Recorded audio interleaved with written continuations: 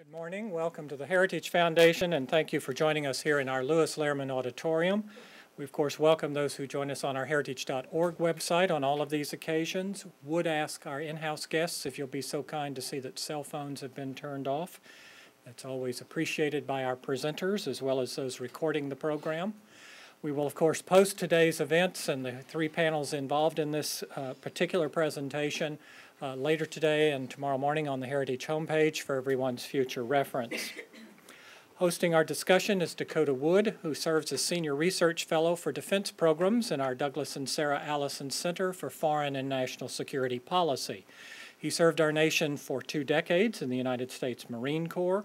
Upon retirement, he helped organize the National Biosurveillance Integration System, a Department of Homeland Security effort. From 2006 to 2011, he was a senior fellow at the Center for Strategic and Budgetary Assessments, and after that, he served as a strategist for the U.S. Marine Corps Special Operations Command. Please join me in welcoming Dakota Woods. Dakota? Thank you very much. I had to chuckle. In another room we were going to set this up in, I saw this little thing on the podium that said, please make sure we silence our BlackBerries. I think Heritage is a little bit more forward-leaning than that, but it was a good reminder for me at least. I would like to say that a year ago, Heritage Foundation and the American Enterprise Institute joined forces to launch something we call a Project for the Common Defense. It's a project comprised of volunteers, all experts in the national security and national defense community, with a common interest in committing to national defense that was relevant, strategically clear, strategic clarity, and that was robustly funded. And so we've had some things over the past year. This particular series of panels is in line with that.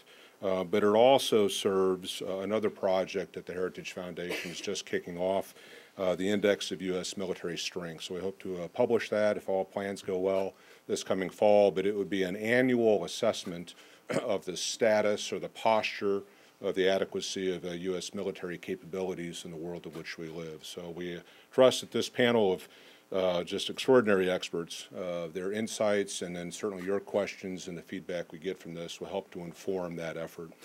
So without further ado, I'd like to introduce Brian Mcgrath, who will be moderating this discussion. He's the principal for the Ferry Bridge Group, which is a defense consulting firm specializing in strategic planning and communication. Brian comes from a rather extraordinary background. He's a retired naval officer of 25 years experience, I believe, has commanded ships at sea, including a DDG, and was the lead strategist and primary author of the Navy's 2007 Maritime Strategy. He's an adjunct fellow at the Hudson Institute and has worked with the defense sector in a variety of ways. And we just couldn't be more pleased to have him moderating this panel of rebels, I guess. So we're looking forward to that. And I'll turn it over then to Brian, and we'll proceed. Thank you. Thank you, Dakota. Thanks to all of you for coming on a hot day. We stand between you and lunch. We're going to do this like gladiators, so at the end of our panel, I'm going to ask for thumbs up or thumbs down, and if we get a thumbs down, we don't get to eat. Today's panel provides you with 3 of the best thinkers the nation has to offer on the subject of applied naval power. The presentations are crafted with a particular order and a plan in mind. What a fleet looks like is utterly dependent on what it has to accomplish, the missions it may be called upon to do. Peter Swartz is going to get us started. From here, Brian Clark will then delve a little more deeply into how the Navy side of the Department of the Navy achieves those missions and capabilities. And finally, John Barry will hold forth on elements of fleet design that flow from the particular requirements of projecting land power from the sea, which is a crucial element of American sea power.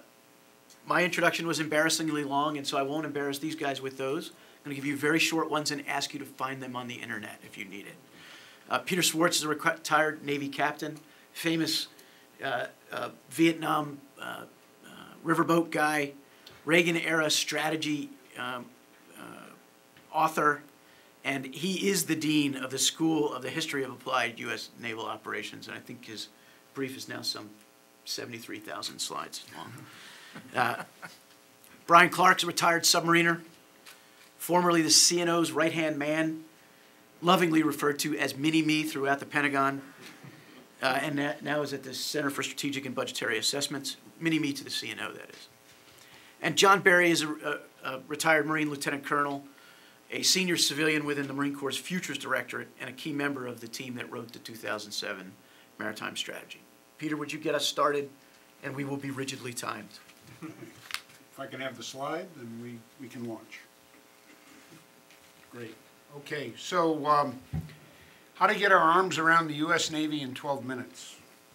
I just used up a minute, probably 11 minutes. I decided to go with U.S. Navy operational tasks. There's a number of other approaches we can take, and we can talk about that in the Q&A. This is my list. This is my list because it's my list. I'm the guy here that's doing it, and it's my list because the Navy isn't a particularly doctrinal organization, and if you were to try looking for the official Navy list, you might find one. I didn't in this particular drill, but then you might find another one, and you might also discover that the lists don't jive. So this is my list. I'm not going to talk about the 70% of the world that's covered with water and all of that. I'm just making an assumption that you know that the maneuver space that all of that water area provides the United States enables us to carry out, do what it is that's in the interest of the United States in a particular way, and at the forefront of all of that is the Navy. So what is the Navy, what is it supposed to be doing? What does the Navy do? First of all, it does, and this is not in a particular order of priority. You make your own priorities, because that, in fact, is the $64,000 question, and that's the issue. How do you prioritize this, if this is, in fact, the list that the Navy's got to do? Strategic nuclear deterrence, ballistic missiles, submarines, a mission area or a task area that we share with the United States, the Navy shares with the United States Air Force. Incidentally, recapitalized in clumps, and we've got a big recapitalization of the Strategic Ballistic Missile Force coming up, which is going to cost a lot of money. How important is that mission? Strike warfare. The Navy puts bombs on target. The Navy puts missiles on target. The Navy shoots things at targets ashore. The Navy right now is probably doing that over Afghanistan. The Navy does that. The Army does that. The Air Force does that. The Marine Corps do that. We have allies that do that. Strike warfare, though using the maneuver space at sea, is the particular thing that the Navy brings to the table on that. Carrier aircraft, launches of missiles from surface combatants and from submarines. Amphibious warfare, landing marines, using purpose-built amphibious vessels. Something we perfected during the interwar period in World War II. And again, yes, we land Marines that way, but depending on how expansive your view is of what amphibious warfare entails, we also carry the Army and we carry other people's ground troops as well sometimes. JLOTS, Joint Logistics Over the Shore, is a Navy-Army program to get the Army over the beach in underdeveloped areas, but not in opposed landings. Anti-submarine warfare. Navy's got to go out and kill submarines. And there aren't an awful lot of other people around to help us do that. The Air Force has a, sometimes, and it depends on when in the history you're talking about, has often had a certain capability. And we've got allies that in the past have been fairly robust in this. But there isn't an awful lot of other people that are out there capable of doing that. Got to be able to knock down airplanes. You got to be able to knock down airplanes that are aiming at you, and you got to be able to knock down airplanes that are aiming at targets ashore and other and merchant ships and other. How do you do that? Anti-air warfare, using guns, using missiles, and using airplanes. We have a range of things that do that. Anti-surface warfare, how it all started. Navy ships shooting at other Navy ships. Navy ships shooting at merchant ships to make them stop and not carry on trade. Being able to hit surface targets at sea. Mine warfare, laying mines, sweeping mines. All of these discrete, separate areas of things that have to be done are often done by ships that do all of them. And so trying to disentangle what you've got to do and how you do it at one particular point in time is what we pay our commanding officers to do when they're at sea. Electronic warfare. In days past, electronic warfare would have been listed along with logistics and a few other things as one of the supporting elements I would argue, others would differ, that in 2014 it's not a supporting element. It's a discrete kind of warfare. We use surface combatants, submarines, aircraft with electronic capabilities in order to mess up an enemy's own electronic capability, to deceive, to blind, etc. Naval special warfare, you all know about that. That's the SEALs. The part that you don't know are the special boat teams and the special boats that support the SEALs and also do some independent operations. Another kind of naval warfare from the sea. Maritime security operations, a whole lot of things. The reason why I laid them out here is because the name maritime security operations doesn't really convey anything the way these other things do. And there's a question for everyone, for all of us and for the Navy. How much does one invest in these operations? How much does the nation want the Navy to do these operations? Who else can do them, and what investments are being given to those organizations? The United States Coast Guard obviously comes to mind. Sea lift. Without fast sea lift, the Army can't get to where the fight is unless we're being invaded by Canada or Mexico. And fast sea lift is critical to the Army's posture, and it's intertwined. How much we have, how fast it goes, where it goes, how it's configured is something that's not largely driven, but importantly driven by the Navy's relationship with the Army and with the other services that need that. The same with forward prepositioning. We forward preposition a lot of Marine Corps stuff around the world. We also forward preposition Army and Air Force stuff around the world too. How much needs to be forward positioned in the new world? Where? And what kind of ships do you use? And are the ships that we've got now starting to wear out? Yes. And how are they going to be recapitalized? Another question. ISR. Again, intelligence, surveillance, and reconnaissance would have been in the support category during the Cold War, kind of like logistics. It has been at the forefront of actual operations, and have been actual operations in their own right all during the post-Cold War period. The Navy isn't the only service that does this. The Air Force has a major capability here, and the Air Force has the bulk of the space systems that are involved in this. But this is an important area, and it's an area in which we use dedicated ships, submarines, most certainly, and aircraft. We meaning the nation. The Navy has to be ready to do all of these things if you think that in the future it's actually going to have to do them, and we worry that we do, and in order to be able to deter others from doing it. And the Navy has to practice a lot getting ready to do these things because all of them are hard. But while the Navy's doing that, the Navy has a range of peacetime things that it has to do anyway, whether or not it was getting ready for these other things or not. The Navy is a diplomatic tool of the country that's used to reassure friends and allies, to deter foes. The catchphrase for this in the 19th and part of the 20th century, of course, was gunboat diplomacy.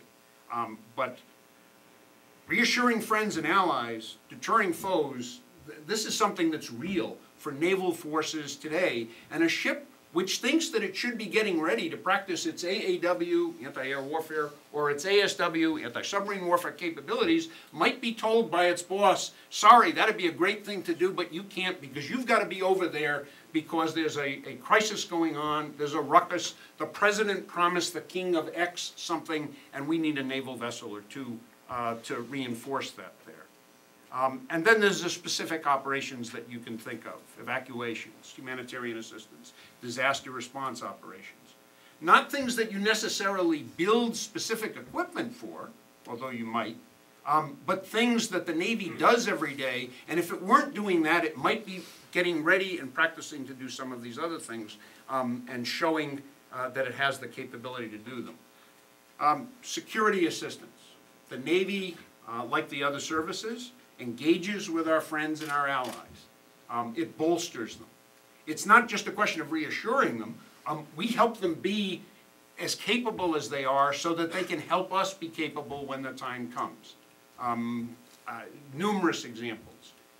We are very, very close to the Chileans. Why are we close to the Chileans? The Chileans have diesel submarines. Do we have diesel submarines? No. We can go into the issues of why we do or why we don't, but the decision is we don't. Do we plan on killing other people's diesel submarines? Absolutely. What's a good way to practice? With diesel submarines. Whose do we practice with? The Chileans. And so this engagement to be able to interoperate with friends and allies, that's one of 100 examples that could be used. The mega example that's coming right up, of course, is the big RIMPAC exercise in the Pacific this summer. And then finally, what do you do with cyber, right? I mean, is cyber a supporting element to all of these things? And it's, again, like logistics. It's in the support bin. Or has cyber warfare become a distinctly, in some fashion, naval operation or an operational task in its own right? There's a debate going on that. One thing that's certain, the Navy, as in all the other services, are investing in cyber capabilities because they have to, and coordinating with each other. So, in, I don't know how many minutes we did, we sort of made a circuit of what the tasks are, should be, may be, have been in the past, might be in the future. That's all up to you to decide. And we can debate and discuss all of that at the end. But it seemed to us that this would be a useful way to begin the discussion about U.S. use of naval power. That's what I got. Thank you, Peter. Brian? All right, so I think Peter's list of tasks forms a great starting point for talking about fleet architecture or fleet design, and that's what I want to eventually get here in my talk, is to talk about what elements do we need to consider for the future fleet, what are the priorities we need to establish in building that fleet, because as you'll see in here in a minute, we got a window, I believe, that we can exploit to prepare for a future environment that's going to be much more challenging than the one we have today. So the two things that are going to kind of guide us are, given that these lists of tasks are before us, what is our environment that we're likely to be in, and then what's the strategy we're going to pursue in order to deal with that environment. And so up here are some of the elements of the future environment that I believe are the case, or some trends that we can talk about, and then certainly we can debate whether they are likely to come to pass or not. Obviously, we're not going to be able to predict the future, but I think if we're going to try to guide naval force development over the next decade and a half, we need to establish what we believe are some trends that we're likely to encounter in that time frame. So first, I believe defense budgets are likely to remain kind of flat or slightly declining. It's unlikely we're going to see the kinds of reductions in defense spending we saw in previous downturns, where they were 30 to 35% following World War II, Korea, Vietnam War. But by the same token, it's unlikely defense spending is going to rise independent of some major event that causes the public to rise up and demand more defense spending. Second there, the arc of instability that you hear General Amos and a lot of other people talk about, going from North Africa through the Middle East down to Southeast Asia, is likely to persist. We're going to probably see a number of countries transition through different forms of government because they lack the civic institutions that allow stable democracy or stable representative government to be established. So you're going to see countries continue to be in turmoil. Some of these countries, unfortunately, happen to be proximate to crossroads that we need, like the Suez Canal, the Strait of Malacca, the Bab el-Mandeb. So places that the world economy needs are, unfortunately, proximate to the countries that are having these issues. Third there, and this might be the most controversial thing, but it seems right now there's a low probability of large state-on-state conflict, and by that, to use Brian's terminology, a major power war is unlikely, I believe, in the next decade to decade and a half. I believe that because when I've gone on meetings with foreign military leaders, it's clear amongst our allies and amongst our potential competitors that they don't believe the potential adversaries we're facing today, countries like China, Russia, North Korea, Iran, believe they have the capability to directly confront the U.S. in a conflict. They don't want that in the next 10 to 15 years. They're more likely to pursue other means of getting what they want until they're able to develop the military capability to take us on more directly. And that gets to the next point, which is we're likely to see a continued rise in the number of these proxy conflicts, paramilitary actions, legal conflicts that we're seeing, for example, in the East China Sea and South China Sea. That'll be the mechanism these countries use in the near term to get what they want out of the international community. And we may not be properly postured to deal with that, but it gives us a window now to prepare for a time when they may choose to more directly confront us. And then the last one there, when it comes to directly confronting us, the avenue that most countries that want to compete with the United States appear to be taking is this anti-access technology and capabilities and strategy, because most of it involves making it high risk for the U.S. to send military forces and project power into their near abroad, their area of the world, and remove some of the incentives for the U.S. to intercede on the behalf of our partners and allies. So that they don't necessarily have those capabilities well established today, but it's likely in a decade to a decade and a half we're going to be facing countries that have robust anti-access capabilities and strategies in place that'll make it very difficult for us to intervene on behalf of our friends and allies. So it's likely that we're going to, given that environment, our strategy will continue to be sort of the strategy today from the Navy's perspective. We're going to be focusing on forward deployed warfighting capability and maintaining readiness. More so probably even than the current force. And so the CNO's construct of warfighting first, operate forward, and be ready is sort of enduring for the Navy. It wasn't like that was any new construct, but it reflected kind of the way the Navy operates and the Navy's priorities. That'll even be more the case over the next 10 to 15 years, meaning the surge capacity that we've sort of come to expect the Navy to have at all times will be less and less available than it has been in the past. So we're going to focus more on having forward deployed warfighting capabilities and a ready force, but then behind that there will be a variable amount of additional capacity that can be drawn upon. But that's likely to be the strategy given that budgets are likely to be flat or slightly declining and there's new capabilities that need to be invested in. Which gets to the kind of the two major points that I want to talk about with regard to fleet design. So first, warfighting capability, and then second, how do you maintain this forward-ready force? So first, in terms of warfighting capability, I will advance the slide.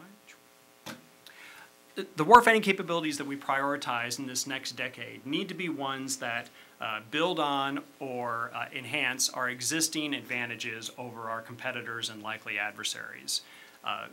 I'm not going to talk about every capability that the Navy has to do all the tasks that Peter had described here. I'm going to focus on the ones that I believe have the most leverage with regard to making us be able to be successful at a time here in 10 to 15 years when major powers may choose to directly confront the United States, especially with anti-access and area denial capabilities. So these areas are the ones that I believe are most closely aligned with those two ideas of building on advantages and dealing with anti-access threats. By virtue of building these capabilities, hopefully we'll be able to deal with a lot of what I would call lesser included cases, and we can talk about that a little bit too down the road. So in terms of the capabilities there, so first, undersea warfare. I think everybody acknowledges that today we've got a great advantage in terms of undersea warfare.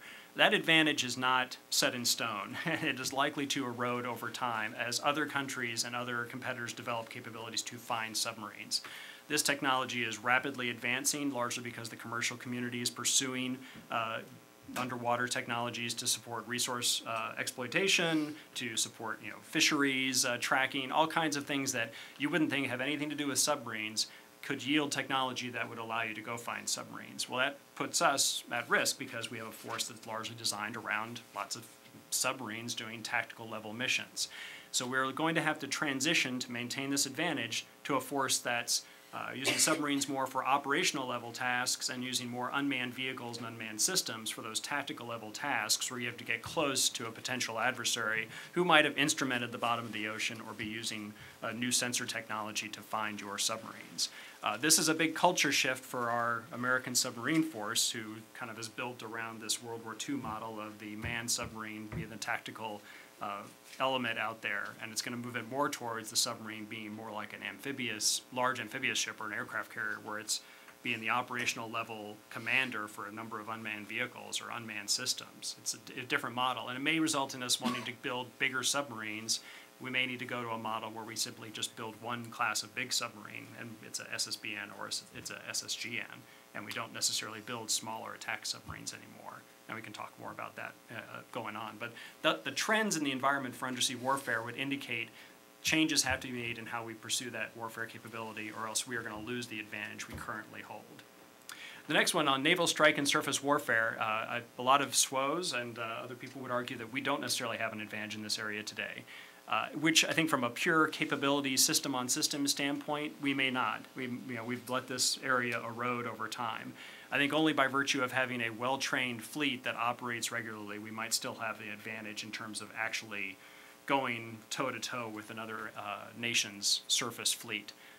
But we need to regain that advantage, which means we're going to see the return of sea control as a mission for the Navy, which it's always been a mission, but in the last 20 years we have the luxury of being able to avoid it because we haven't had a competitor that really contested our ability to take a chunk of ocean and make it our own. We've just driven wherever we wanted to and not had to worry about it. Well, that's going to change with these anti-access capabilities. It's already changing. There's parts of the ocean where we have to think carefully about where we want to operate because countries have already fielded anti-ship cruise missiles that can reach 100 miles offshore. So the future surface fleet is going to have to increase its offensive capacity to be able to do sea control. That involves making more VLS tubes available for offensive missions like strike and surface warfare. And to do that, we're going to have to shift to missile defense functions being more doing directed energy like railgun and lasers, which means we're going to have to make some very hard choices in the design of our future DDGs and LCSs because those ships cannot accommodate everything they do today and then put a railgun or a laser on it too. Things are going to have to come off in order for those new capabilities to come on. But unless we shift those defensive missions to these other systems, our VLS tubes will be consumed with defensive missions and not be able to conduct the strike or the offensive sea control missions they need to be able to do. Also, our VLS tubes need to be more flexible. Right now, our VLS tubes contain missiles that are largely one-mission missiles. So it's an air defense missile, or it's a strike missile, or it's a surface warfare missile, or it's an ASROC that launches a torpedo at a submarine. We need to go towards more weapons that are multi-mission capable so that every cell on that ship is able to do multiple missions, whether it's surface warfare or strike. And we're already going down that road, but we can talk more about that. The next one on there I want to talk about is amphibious warfare, which I think we could all see as a major advantage of the newest naval forces. It's something that we practice, we exercise regularly, we have the capabilities to do it. We shouldn't get hung up in the idea of amphibious assault against a large, well-armed adversary as being the canonical case there. We're going to shift more towards smaller scale amphibious operations that are going to be needed. In a lot of cases, just to get sea control, just to be able to do offensive sea control, we're going to have to send Marines ashore to root out threats from shore, like small boats, 2 minutes. like fast attack craft, mine craft, coastal defense cruise missiles. You're going to need troops on the ground for some period of time to go root those out, just to be able to move the force, the joint force, into an area that's been defended by those things. So amphibious warfare is going to have to transition to being able to do these larger number of small operations rather than the small number of very large operations, which means Marines on more ships, which John will talk about, and a greater variety of ships. And you'll see, I'll talk about here in a second regarding the variety of ships. Electromagnetic operations, Peter talked about electronic warfare. That's going to transition to electromagnetic spectrum operations as we move from just having jammers that jam into individual radar systems or individual comm systems to being able to manipulate the electromagnetic environment just like we try to manipulate the physical environment or look at the physical environment. We can talk a little bit more about that, but fundamentally we're going to have to change to a more networked approach to how we operate our radars and our sensors, and avoid this point-to-point system v system approach that we've got today. Because we have systems coming online that are able to do this with digital processing and with electronically scanned arrays, but we're not going to be able to exploit them unless we have new concepts. And so the last thing we'll talk about is how you maintain a forward-ready force. So the CNO shows this kind of slide a lot. And since I originally made it, I can use it here. Copyright infringement is avoided. But this shows kind of the number of ships that are going to be deployed overseas today. Right now, over the last 3 months is the average. And then in 2020, if the Navy's plans bear out, which given that ships are mostly in 2020, most of those ships are already built or are under construction. It's probably a pretty good bet that those will be the numbers that you could end up with in 2020. But the key will be increasing forward basing. There's a number of initiatives underway to do that. And also some rotational crewing, but only in warfighting ships. I think rotational crewing for support ships is probably a losing proposition in terms of the cost versus benefit. and then a much increased number of support ships that are manned by MSC. We can talk about that, which is the Military Sea Lift Command. By manning some of these support ships like float forward staging bases and joint high-speed vessels and mobile landing platforms with civilians that rotate in rather than military crews, you're able to keep them underway almost continuously and rotate detachments of Marines or sailors out there to do operations. We're just starting to exploit that model with the Spearhead that recently deployed over seas, and with the float forward staging base, the Ponce, that's been operating in the Persian Gulf. So that's how you maintain a forward-ready force, and we can talk a little bit more about that as we go along. Thank you, Brian. John? Thank you. Well, I hadn't seen Brian Clark in several years, didn't realize that until we chatted a few minutes before we started this afternoon. But we're very much in accord in our views. Before I go right into force structure initiatives, however, I want to restate some of the foundation building blocks of sea power, just so they're fresh in our minds. For more than a century, various theorists, using different language, have consistently identified three elements of sea power. There's seaborne commerce, there's naval forces, most commonly expressed as the fleet, and then there are the ports and bases that support both of those. The third element makes clear that there's always been a landward aspect to sea power.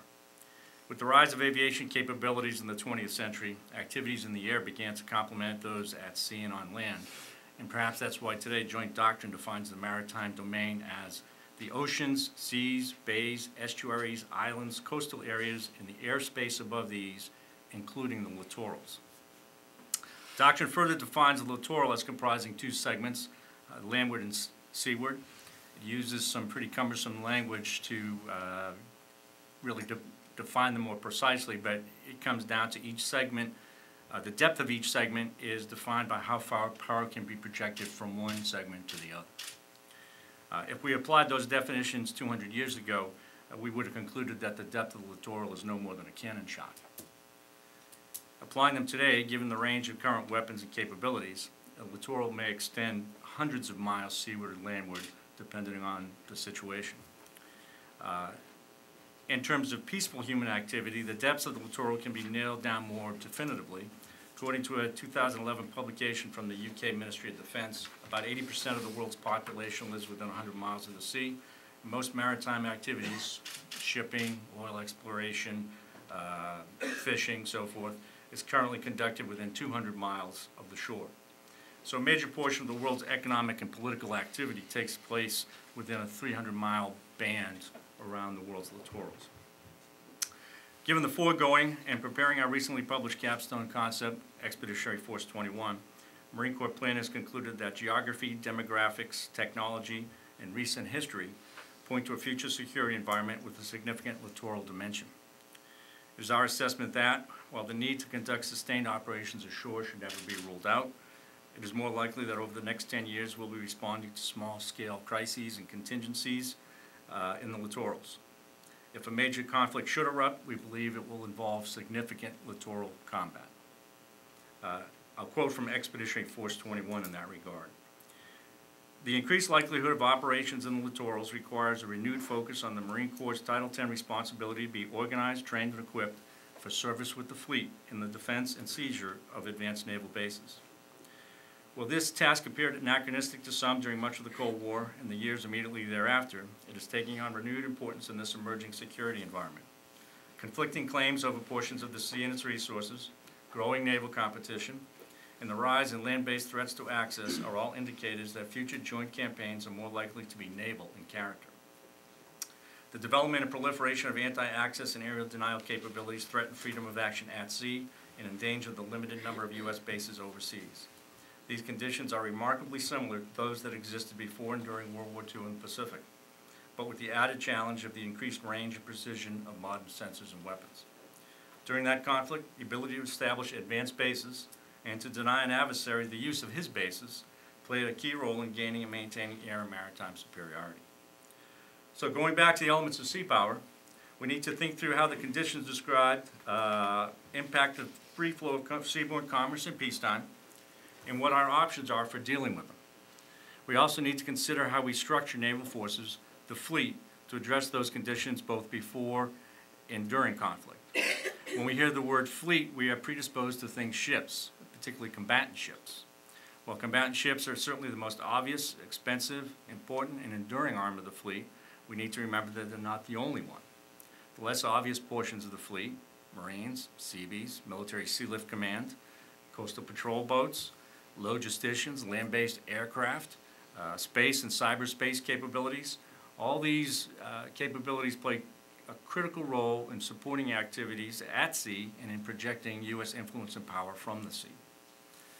The evolution of our force structure needs to be informed by a realistic assessment of the third element of sea power, our overseas bases, and their continued viability in the event of conflict.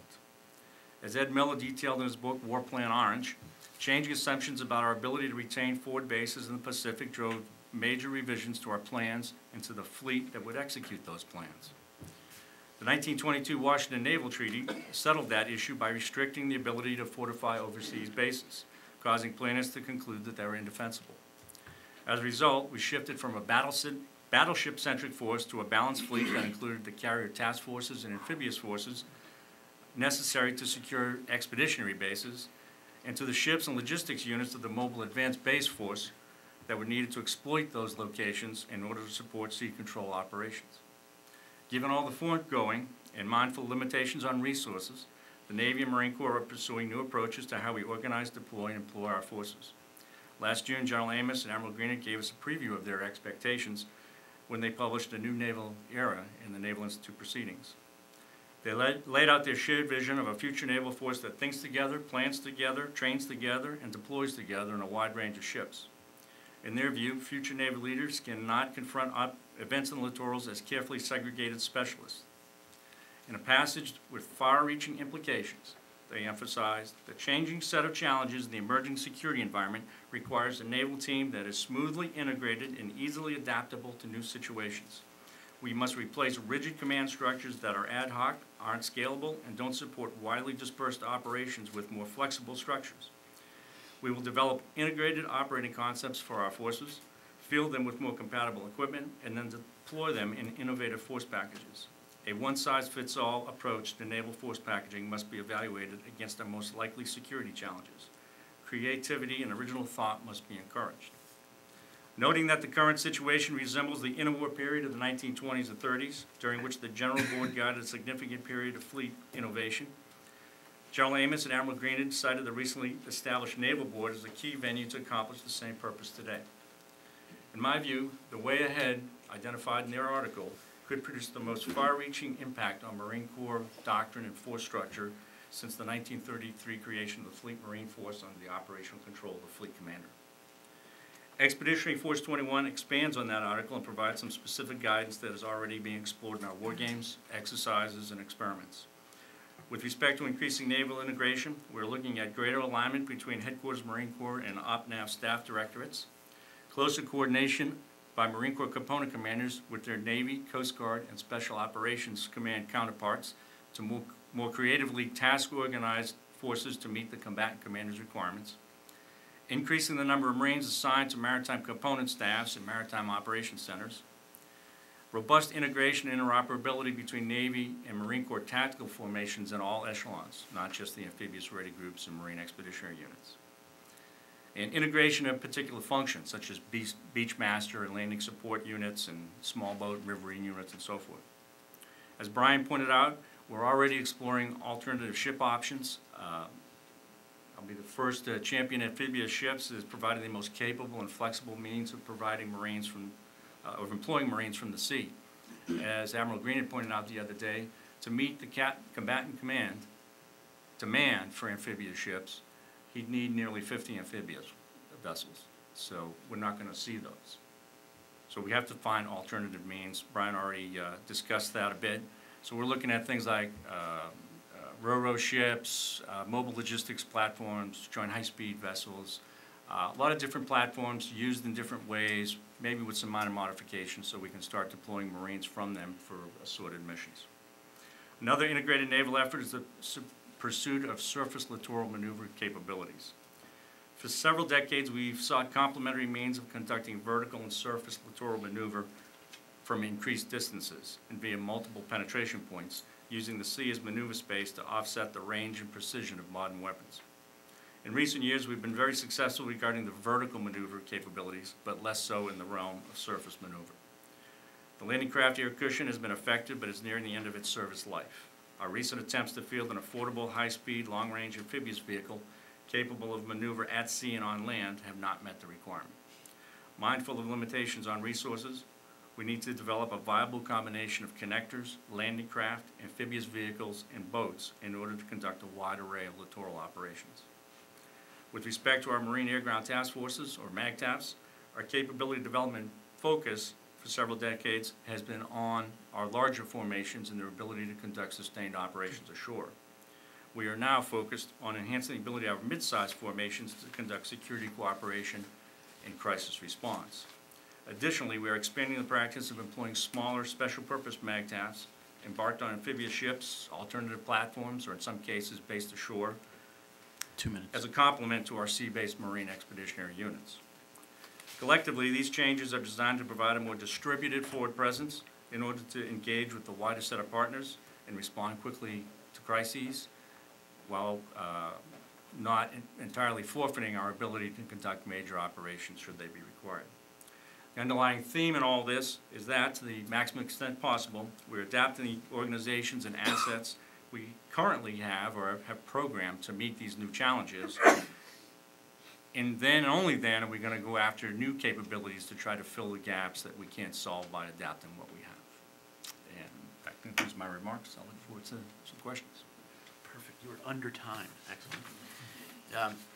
We have 30 minutes worth of time for questions and discussion. What I'd like to do is to take questions in groups of 3s. I request that your questions be in the form of a question, that they not be multi-part questions, and that if you have a panelist that you're particularly interested in answering your question, identify that person. Once the 3 questions are gathered, each panelist will then go in turn to take on those 3 questions. There are microphones from the Heritage people, so I'll start on this side and see is there anybody that would like to ask a question. Right down here in the front. Please identify yourself. I'm Scott Truver. I work with Griffin Technologies. Early on, when Admiral Greenert came to Washington as CNO, one of the things he really wanted to do real fast was to update CS-21 from 2007. Now, I can't remember. Is it 2 years? More? How long is this going to take? What happens if we don't get another CS-21, a reprise of weather? Does it matter to you folks when what you're thinking about in terms of future force structure? Or is it merely something that we hang on the wall as a banner to say, we've got a strategy? Okay, thank you.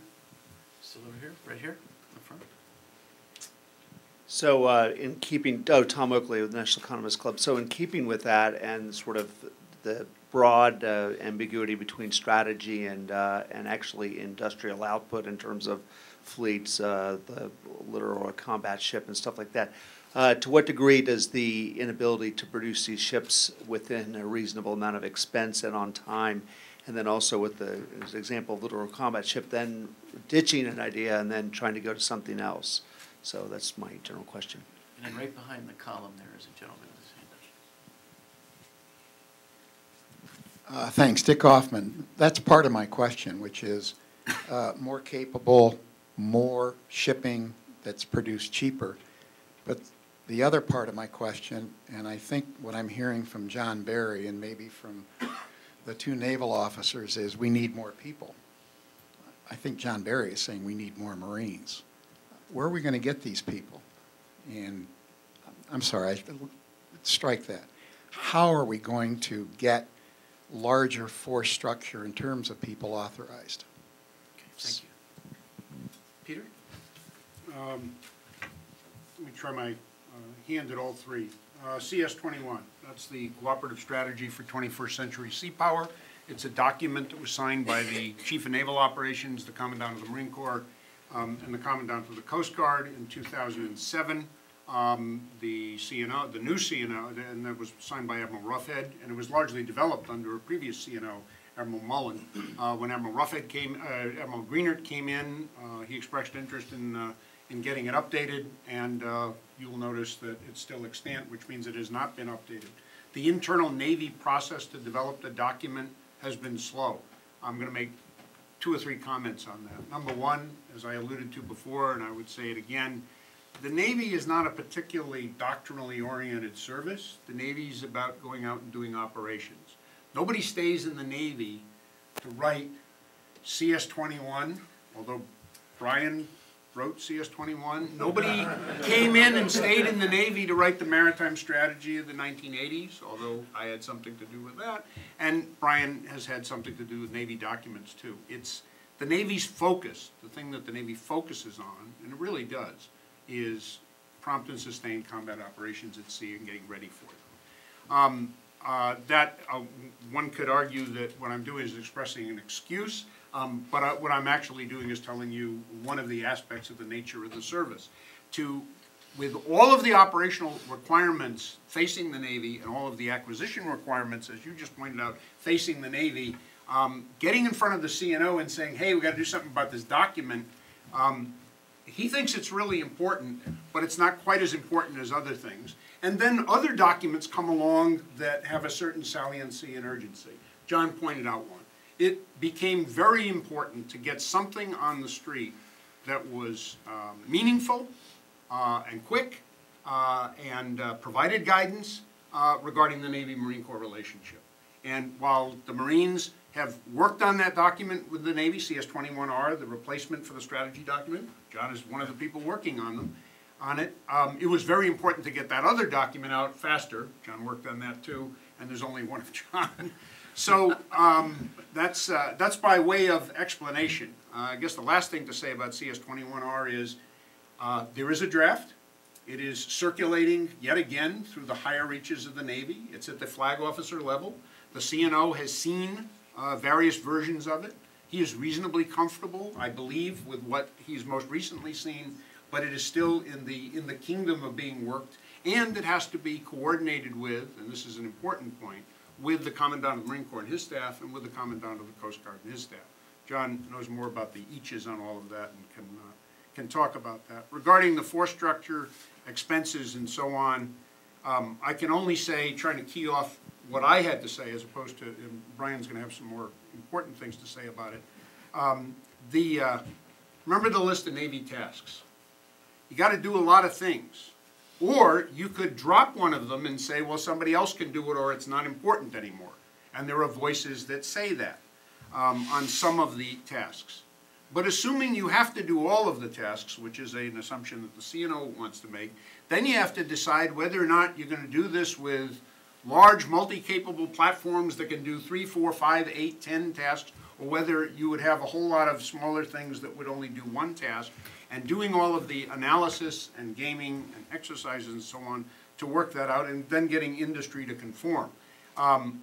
That's hard. It's always hard. It's always been hard. It's still hard. It was hard when Secretary of the Navy, well, it was the Secretary of War, Henry Knox, had to make the decision of what kind of ships we were going to build to go up against the French, the British, and the Barbary pirates. You're going to say, wait a minute, it's apples, oranges, and carbureted. Well, yes, and that was his decision as to what he was going to do. And you can go up to Charleston, go up to Boston, and you can take a look at Constitution and see what the decision was that he made. A large, multi-capable ship capable of going thousands of miles away to do a whole bunch of things. So that's just as a prelude to whatever I'm sure Brian and John are going to be able to say about that. Regarding people, the Navy spent the 90s and the earlier part of the 2000s sweating down people. People had become very expensive. Machines are very expensive too, but people were very expensive. And the Navy came down hard and reduced itself by a lot of people, largely to save money. That wound up screwing up our maintenance and many other aspects of the fleet, and the Navy looked at that and stopped and leveled off. And yes, getting the people piece of it right is very important.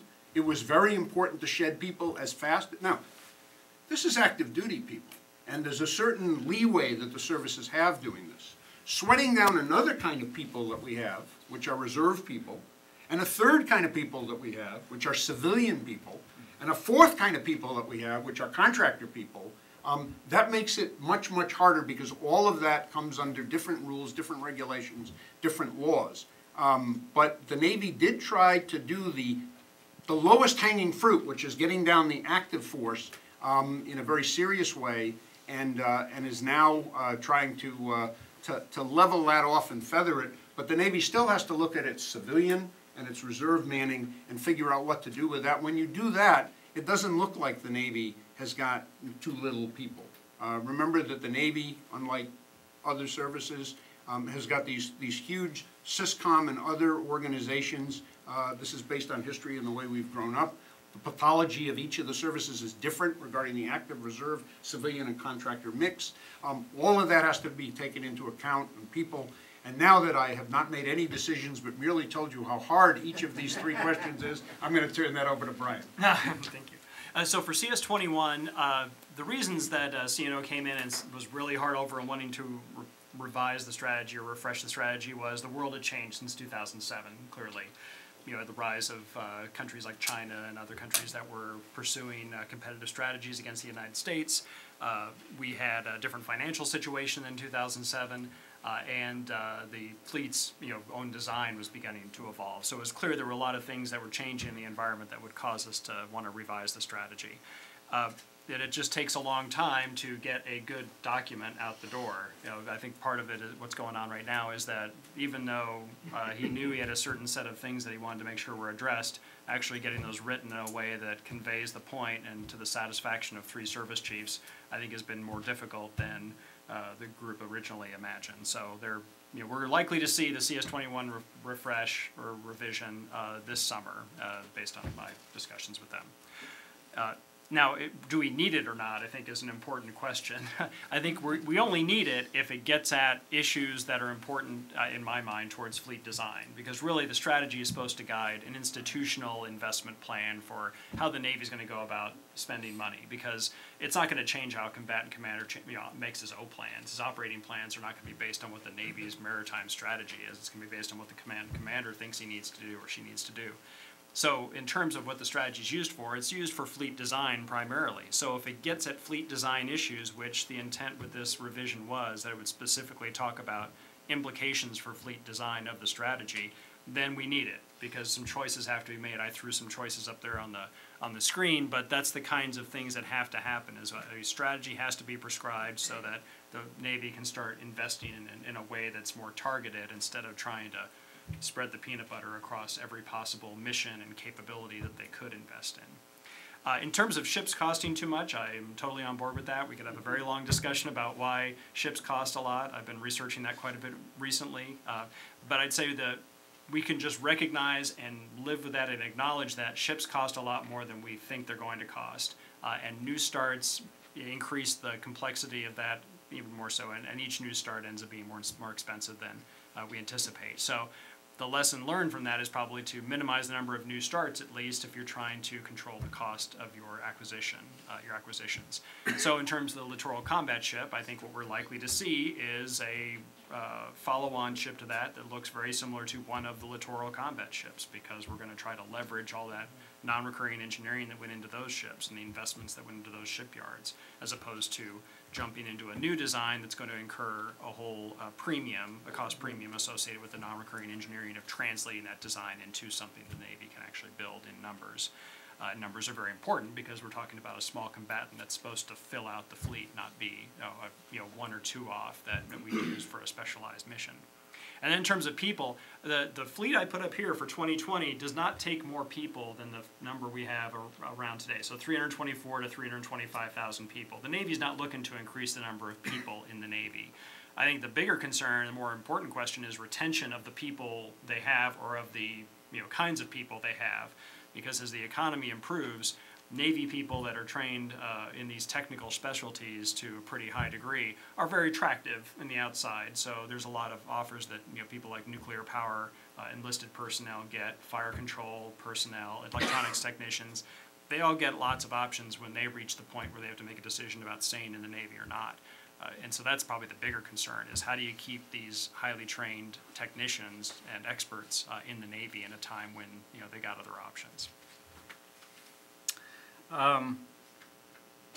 Having been on both the 2007 Maritime Strategy team and now on the current team, think it's important to recall that in 2007, a lot of people questioned why we published the strategy at that time. They said, you know, there's a succession of national level strategy documents forthcoming, and shouldn't you wait till after those are published? And our senior leaders said, no, let's go ahead and put out what we believe at this point. And I think in the long run, you can look at that document and then look at the national strategy documents that came out and see that the maritime strategy, I thought, did a pretty good job informing some of the content of the national strategy documents. So in this most recent iteration,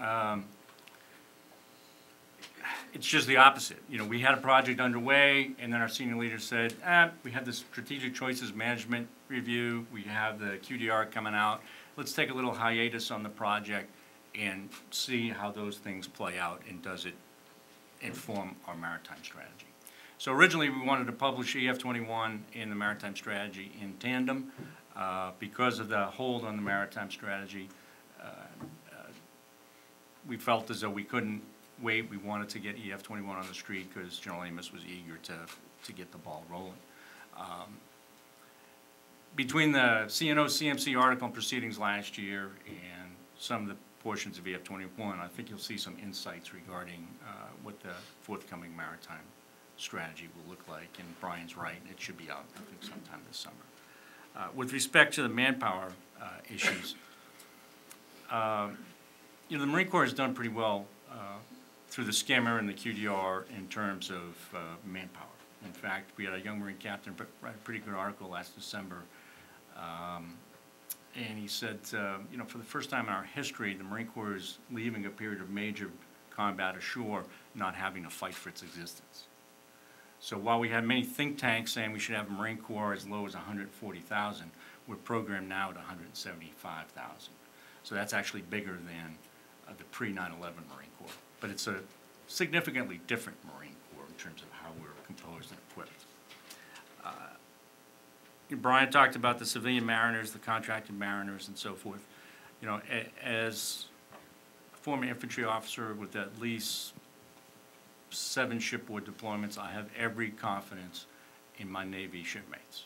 You know, you want to run a flight deck, you want to run a well deck, you want to do all those things associated with putting a ship in harm's way to employ Marines, every confidence in them. So as we explore these alternate platforms, we have to figure out what's the right mix of a hybrid crew, perhaps, sailors, civilian mariners, contract mariners on some of these ships. What are the legal parameters? What are the contractual parameters that may come into play as we explore those topics? So it's not just the art of the possible from a technical perspective. We have a few other things to think about. In many of the capabilities I talked about, the expeditionary enablers, CBs, logisticians, beach masters, those kind of folks in the Navy Expeditionary Combat Command, Brian's also right when he says we have some reserve issues to deal with, because many of those folks in the NEC are in reserve component status. So will we have enough of them where we need them, when we need them on active duty? What do we have to go through to get those guys? Is it the right mix of active and reserve component? Great, thank you. I'm going to shift to this side of the room. I see 16 empty chairs in my field of view. So while we're over here asking questions, please in the middle accommodate people as they go to sit. Over here, please. Any questions? No questions. Okay. Please, right there. Oh, you have one in the back? Okay, go ahead. Yes. Use the microphone, please. Jim Obrasky. Question aimed mostly at Mr. Berry, but everyone's welcome to discuss it. You alluded to the impact of anti-access area denial systems. Do you have a characterization of various threat levels and geographies where you encounter them, and how you would approach in each one? Second question is related. No, I'm sorry. You get one. Thank Okay. you.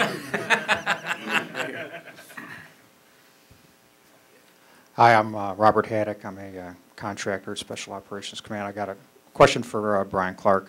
If I heard you right, you said that in 10 to 15 years, the missile threat, anti-access area denial threat will materialize to a point where it will present a problem for current U.S. Navy fleet design and operating concepts. Given the long lead time required to redesign the fleet and develop new operating concepts, are you confident that there are programs, policies, and reforms occurring now to prepare for the looming danger that you mentioned in coming up in 10 to 15 years? Tim Walton. Timothy Walton, Alios Consulting Group. Question for the group. Now Deputy Secretary of Defense Robert Work has written a great deal on fleet design in the guided weapons regime, as he terms it. In your minds, what are the implications of the guided weapons regime on strike capabilities for fleet design, in terms of the fleet generating offensive strike power? Will it shift the relevance from tactical aviation, for example, to other components of the fleet?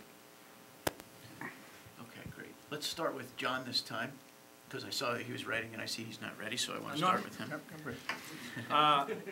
In terms of anti-access air denial situations, everyone's unique. Every one of those situations is unique.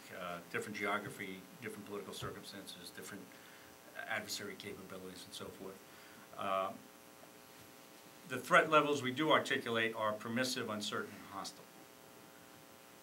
The uncertain environment is the one that concerns me the most. And these are missions like humanitarian assistance, disaster relief, non-combatant evacuations. Somebody else is in conflict and we're doing something just to go rescue our people or to provide humanitarian assistance, something like that. A benign mission, if you will. But there are actors out there who have sophisticated capabilities and you don't know how they're going to react to your presence and what you're doing. So it puts you in the reaction mode. You know, the permissive, self-explanatory, the hostile, likewise, we can take proactive measures to shape the environment beforehand and deal with adversary capabilities. It's that uncertain environment, which unfortunately will probably be the most likely one given the types of small-scale response operations we may be doing. That's the one that concerns us most because we're in the react mode. You can't take offensive action normally beforehand because of the rules of engagement. Does that answer your question? Sure. With one small observation. Single ship faced in that situation, limited portfolio capability, and a light threat, but a single hit is politically devastating. Right. Okay? The question comes to mind. That threat exists today, not in 15 years, and will be pervasive in 15 years. And secondly, it greatly reduces the freedom of action of the fleet unless we can deal with it robustly, and it reduces the value of the ships themselves. Right, so that's why we can't put, we have to think through what situations we're using these alternate platforms. Because they don't have the robust capabilities of a carrier strike group or amphibious ready group. It's not a replacement for those things. They're alternate platforms that maybe we can employ in some situations. They're not a panacea. Right. So to your point, you're right. The anti-access capabilities exist today, and if in a unalerted situation, a bolt from the blue, someone could shoot one of those anti-ship cruise missiles and hit a ship, possibly, and cause cause damage, and then also cause a significant public relations issue and political problem for the United States. So the question then is, to what degree do we put ships into those situations in peacetime, and then how do we protect them? So right now, for example, in the Eastern Mediterranean, there's threats from Syria that could be projected out into the Eastern Mediterranean. The fleet has to think about how to defend itself so that a bolt from the blue kind of shot like that won't be able to successfully hit a surface ship that's out there doing ballistic missile defense of Europe. So that's something they got to think through and build a concept to do that. My point is that those one-off attacks are what we have to deal with today, and in 10 or 15 years what we're going to have to deal with is a concerted effort by the adversary that would prevent us from putting even a robust force into an area without doing so at high risk, unless we've prepared for that exigency. Brian, wait 1 second. Could you address Tim's point on the guided weapons regime?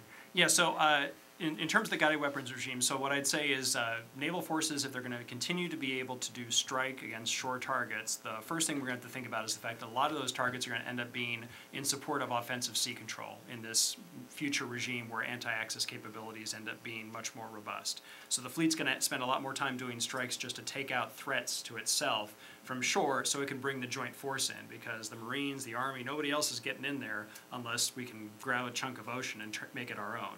So a lot of these strikes are end up being in support of offensive sea control. And then the second thing would be to be able to continue doing strikes in that environment, naval forces are going to have to increase their range and survivability of the thing they use to do the strike. So from a carrier, you're going to have to extend the range of the carrier air wing, so U-class, if it's got survivability and it's got sufficient payload, like that of a TAC air or tactical aircraft, is going to be a major component of increasing the range and survivability of the air wing, so it can still do strikes against shore targets in a guided weapons regime. The rest of the air wing is going to have to rely more on electronic warfare and extending the range of them by tanking, so that you can get TAC aircraft like the F-35 across a large chunk of ocean in order to make strikes, while the carrier itself sits out at a more safe distance from those threats. One thing we're going to run into with regard to surface ships and submarines, which use missiles traditionally to do their strikes ashore, is the guided weapons regime will also mean that there's precision defensive weapons that now are able to shoot down weapons that we send in there. Right? Today we have to deal with cruise missiles can get shot down by an air defense system. In the future, it's going to be much more capable air defense systems, so even stealthy cruise missiles are going to have difficulty getting against a shore target. And weapons like a small diameter bomb or a JDAM, these weapons that we sort of, if we believe we can get in close enough and drop them, they're going to make it to the target. Well, in the future, those are going to get shot down by a weapons system that the adversary is able to deploy. So we have to think about, not only do I need to be survivable and have enough range to get to the target safely, I've got to also be able to have enough mass in terms of my strike to overcome the defensive capacity that's been arrayed around that target, which is a new paradigm for us, because we've bought into this idea of precision strike, giving us the ability to do one weapon against one target, and one airplane can fly in and hit 8 or 10 different places. We're going to have to go back to the model where not only does it have to be precise, it also has to have mass in order to overcome the defensive systems that they're pretty cheap to array, and then in 10 or 15 years are going to be pretty much ubiquitous. Every target worth being struck is going to also be worth defending like that. I'd add, if I could interject, I would add to that issue of mass, there's the logistics problem associated with mass. So if you can use, say, a secure anchorage to establish an austere base where you can do missile reloads forward on a certain combatant, that would help you solve the mass problem. Right. So these are some of the applications of advanced base operations we're talking about. And that's why I bring up the idea of making our missiles on our submarines and our surface ships more multi-mission, so that when you go out there, you're not stuck with the missile loadout you got, which might have been mostly air defense and a little bit of strike, and you get out there and say, oh, geez, I need to do a lot more strike. If they're multi-mission capable, then I can put more weapons on the target, because it's going to need more weapons, and then potentially I can go reload those weapons to be able to continue doing strike from the sea and exploit the ability of the naval forces to drive around and try to avoid being shot at. Let me put a little sharper edge on something that underpins what Brian and John just said regarding the characterization of the A2AD threat, and it addresses the issue of precision as well, and that is this issue of what time frame you're talking about and who's doing the characterization. Right now, today, threats to the fleet today, responsibility lies with people like the commander of the 7th Fleet, Vice Admiral Thomas, the commander of the 5th Fleet, commander of the 6th Fleet. And they've got to worry about what is the A2AD threat right now today to their ships, as Brian alluded to some of the issues involved, and then what they might do about it. And they have to look at current guidance, and they have to have some sense of where the COCOM, the commander in the Pacific, and the commander in the Central Command, and the commander in Europe and Africa, what they expect of them, and what their systems today can do. and then whether or not what the rules of engagement are and how they would follow. That's a real world problem that they face right now today on your characterization of the A2AD threat. That's different from, not completely different from, but different from the A2AD threat as it's discussed every day by most people most of the time in the Pentagon. And the reason for that is most people most of the time, people in the Pentagon are developing a POM and a budget. And that's for a time in a couple of years down to another 3 or 4 years beyond that. So they're looking out at the next 4 or 5 years, which incidentally is a hole in the construct that Brian just gave us, which was today and 15 years from now. And they're looking out at that, and because that's what they're told to do, because that's how the PPBS system, PPE system in the Pentagon works. And if you're coming in, as Brian is coming, hey, what about this threat 15 years from now? Well, the POM is about something that's going to happen 5 or 6 years from now. So what do we do? What do we need in the next 5 or 6 years? And how do we get that all arrayed? And what do we think about that in order then to go to the Hill next year with a budget and say, this is what we need?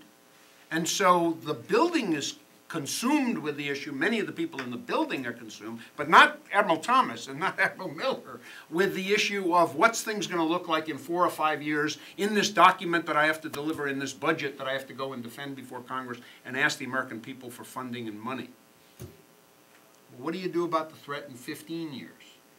Admiral Thomas isn't worried. He's worried about that because he's a smart man, but he gets paid to worry about the threat right now to his fleet. And to the people that his fleet is sworn to protect and defend. What about the building? Well, the building's focused on the POM, and there are people looking out 10 and 15 years, but nowhere near the amount of effort and focus and so on that's going into the next 3, 4, 5, 6 years. And then, of course, there's all of you, and all of you who write and think about these array of threats beyond that.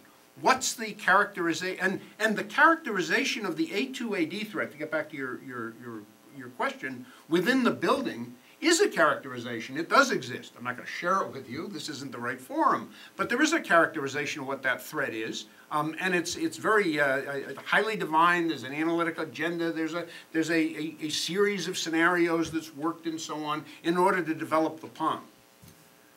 But what that world is going to look like 15 years from now, the world that Brian has been hammering on, that's not central to POM development, and it's not central to what the operational commanders are thinking about where they are. And I will say, I guess as a slight commercial, that it is central to what many of the people in many of the think tanks think about, precisely because it's not central to the concerns within the Pentagon or out in the fleet.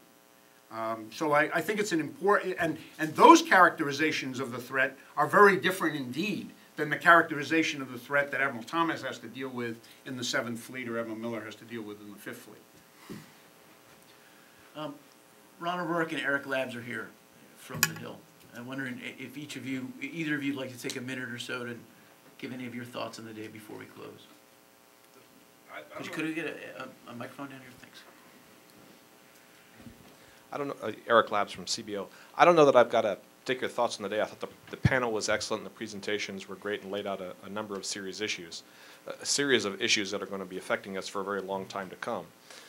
The long run issue that I think about that I think touches on a lot of the things that all three of you said is this beyond the POM period of thinking about fleet design. You know, there's an internal debate, Ron has mentioned this on a number of occasions, an internal debate within the Navy, some degree in the department, as to what the future of the surface force should look like. Should it look like a lot of small little ships that are so dispersed and so networked that the A2AD threat is not as potent against it, or it degrades it in a way that still leaves us with a robust capability, or are we going to be continue to invest in the platforms that we have been investing in for a long period of time? Because as has been mentioned by several people here, these platforms, these ships take a long time to develop, a long time to buy, and a long time to field in numbers. So if we're going to think about ways to address some of these threats, is that one of the ways to do it? And if so, you know, when do you start, and how soon do you expect to have some sort of capability to address it? Thank you. I guess the question that I would like the panelists to address has to do with what some analysts are viewing as an impending shift in strategic eras that we may be in the midst of right now, that we may be exiting the post-Cold War era, the unipolar moment that we have been familiar with for the last 20 or 25 years, and are entering perhaps into a new strategic era, which is one that will be characterized by, among other things, renewed focus on great power competition. And so I wanted to get your thoughts on, if that is the case, that we are shifting into a new strategic era, what does that mean for fleet design and the development of the fleet? And also, what does it mean for how we should approach decision-making regarding the future of the fleet right now and over the next 2 or 3 years while we wait to see whether that shift in strategic eras, in fact, is going to come about? In 30 seconds each. The shift, should it be coming, and many argue that it is, or we're at the beginning of it, is going to have and is having both diplomatic, for want of a better term right now, and military implications. The use of the fleets in those peacetime activities that I talked about, deterring foes, reassuring allies, and all of the naval diplomacy that goes into it, will be very different in an era in which we have 1 or 2 real peer competitors, as opposed to the era that we're in right now, as opposed to the era that we were in 10 years from now, 10 years ago, as opposed to the era we were in 30 years ago. And so, and those are shifts, and those shifts are real. I would submit that certainly in the Far East, the commanders today are feeling that in their diplomatic roles, that things are shifting, and things aren't the same as they were even a year ago, and things might not be the same a year from now, and they have to take steps to counter that. Likewise, the Pentagon has got to figure out in its programming, the construct that I just gave, looking out over the palm, how fast is that shift moving? And what does it mean over the next 2, 3, 4, 5 years? Do we wholesale jettison things we have now and move much faster on new things that are coming in?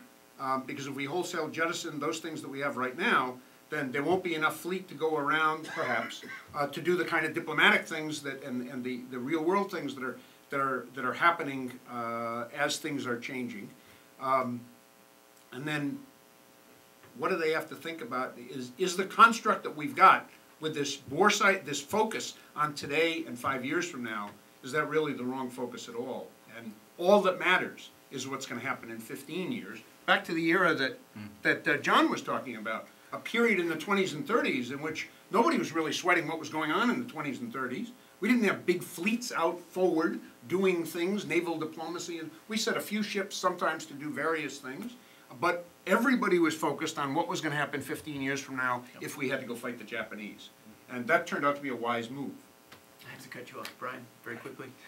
I think I was trying to imperfectly describe what could be described as a change in that paradigm. I believe that we are seeing the first signs of it right now, where other countries, our large competitors, have stopped tacitly acknowledging U.S. leadership by virtue of their actions. And their actions right now are more along this paramilitary, proxy, quasi-legal vein. And that's going to change once they feel their military capabilities, particularly A2AD capabilities, are robust enough that they can then more directly confront the U.S. militarily. And that's what I think you're going to see this evolution of. They've already adopted the idea that they don't have to let the U.S. be the leader anymore. Now how do they evolve to become actual competitors that are able to mount a full dimensional competition with the U.S.? And then how that affects fleet design, I would say there's 2 big things to think about, which I try to kind of get at here, which is forward presence will be enormously important, I believe, because it does change the strategic calculus of countries that are looking to compete with the U.S. In particular, Chinese strategic culture is sort of built around this idea of looking for opportunities, and if opportunities don't emerge, then perhaps you can't take advantage of that and pursue some gambit that you might want to do.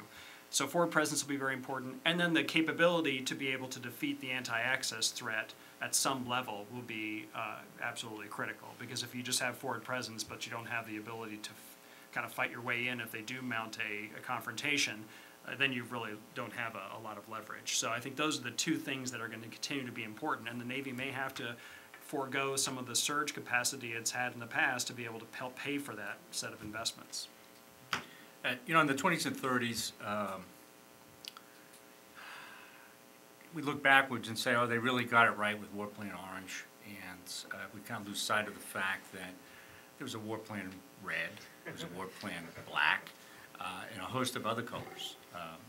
Red being one of our major allies, the UK. So the Navy, the Marine Corps, and the Army, they did due diligence in terms of their strategic planning.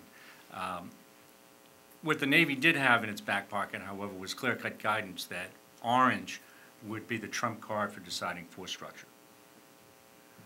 So while they planned for those other eventualities, they focused on one that was identified as most important. That's not an easy thing to do. What concerns me the most about trying to do that in the future is post-World War II, our strategic decision-making process and our budgetary processes and so forth have become much more cumbersome.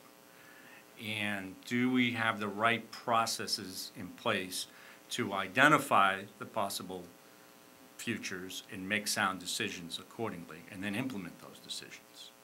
So rather than focus on who's the next threat, I'd like to see a concerted effort to re-examine our national decision-making structure and our defense acquisition procedures and so forth to see if we can be a little bit more nimble.